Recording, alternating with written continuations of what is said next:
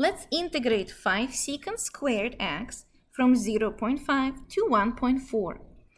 First, it looks kind of scary and hard to do, but actually we just need to review trigonometric formulas and derivative of trigs.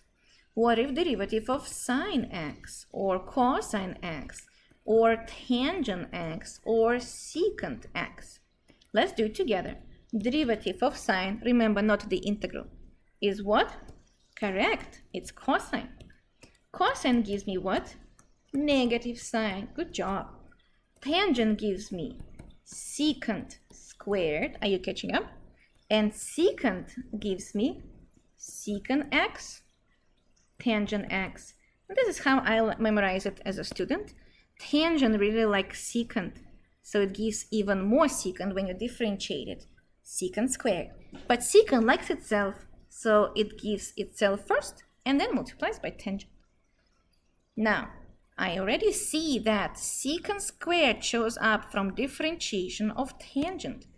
Thus, I can say that this integral is just 5 integral of secant squared x dx from 0.5 to 1.4. Thus, the antiderivative follows right away. We're just undoing differentiation here. Secant squared gives us tangent 5 tangent.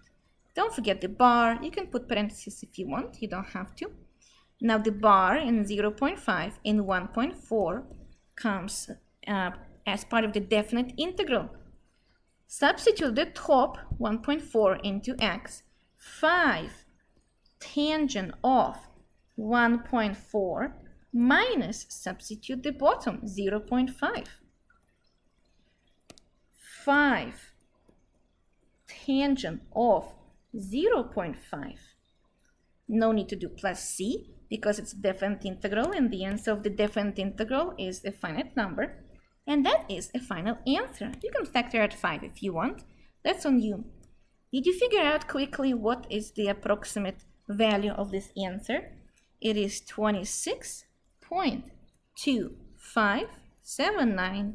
However, remember, the exact answer which you see inside of the box is much better than the approximate one.